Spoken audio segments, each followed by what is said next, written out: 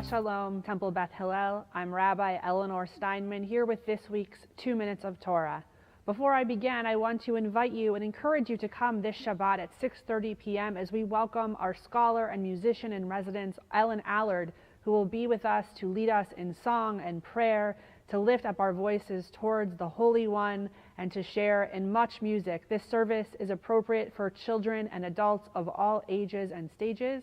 I hope you will join me at 6:30 p.m. in our Bauman Sanctuary. This week we read from Parshat Vayeira, a Torah portion that is familiar to so many of us, as many of the Torah portions of Genesis are, because of the rich stories. This week we read the story of Sodom and Gomorrah.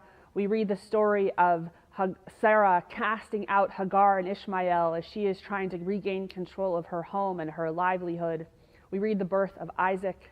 We read the story that we also read on Rosh Hashanah morning from Genesis 22 about the binding of Isaac, Akedat Yitzchak. This story is always a challenging one to read whenever we choose to do it, and there are so many voices and so many questions that arise from our text. It is clear from the text that Abraham is following the directives from God, and without any question. I don't know that for us it would be so easy to do something like Abraham was planning on doing because God told us to do so. We also never hear a protest from Isaac. He asks questions. Father, where are we going? How far are we going to go? But for the most part, he is silent and follows along with his father as they go up Mount Moriah to where Abraham will eventually sacrifice a ram in place of his child.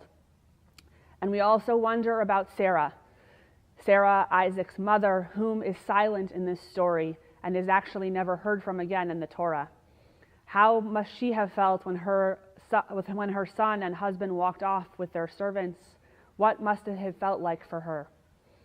This Torah portion has so many questions, so many stories, and so I invite you to join in the questioning, in the study, in the learning, as we try and make meaning for our own day and time from these ancient and sacred words.